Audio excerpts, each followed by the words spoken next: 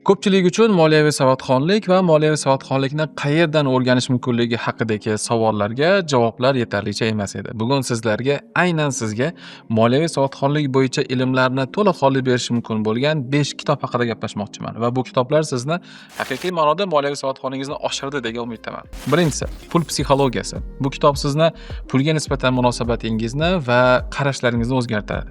Siz pulga nisbatan munosabatingizni o'zgartirmas ekansiz, uni boshqara olmaysiz. Ikkinchisi, latte omili. Siz har kuni kichkina summalar bilan aslida juda ham katta summani yo'qotayotganingizni kashf qilishni boshlaysiz. Sizdagi eng katta muammo kirimni ko'pligida emas, chiqimni ko'pligida ekanligini tushunib yetasiz. Va eng asosiy kitoblardan biri As-Sodiq Abdumannon domlani Hiron nashriyotida nashr qilingan Muomalat masalalari degan kitob.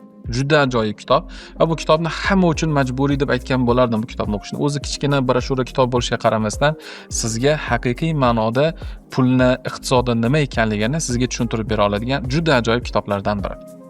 To'rtinchisi, atom odatlar. Atom odatlar to'g'risida fikrlar juda ham ko'p, lekin aslida u kitobning kichkina va qisqa mazmuni shundan iboratki, aslida kichkina davomiy qilingan amallar bir marta qilib keyin tark qilingan amallarga qaraganda afzalroq.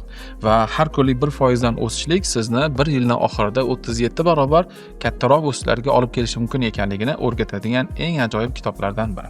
Beshinchisi, Yalang'och iqtisodiyot. Bu kitob sizni hayotingizni haqiqiy ma'noda iqtisod o'zi nimaligini, iqtisod bilan hayotingizdagi boshqaruv tizimini qanday o'zgartirishingiz mumkin ekanligini va dunyodagi bo'layotgan butun iqtisodiy o'zgarishlarni asosiy negizidan o'rganishingiz mumkin ekanligini o'rgatadigan eng asosiy kitoblardan biri.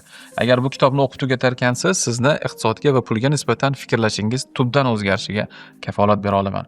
Mana bu kitoblar sizni moliyaviy savodxonlikka aloqador bo'lgan fikrlaringizni ijobiy tomonga o'zgartiradigan umidim bor. Salomat bo'ling.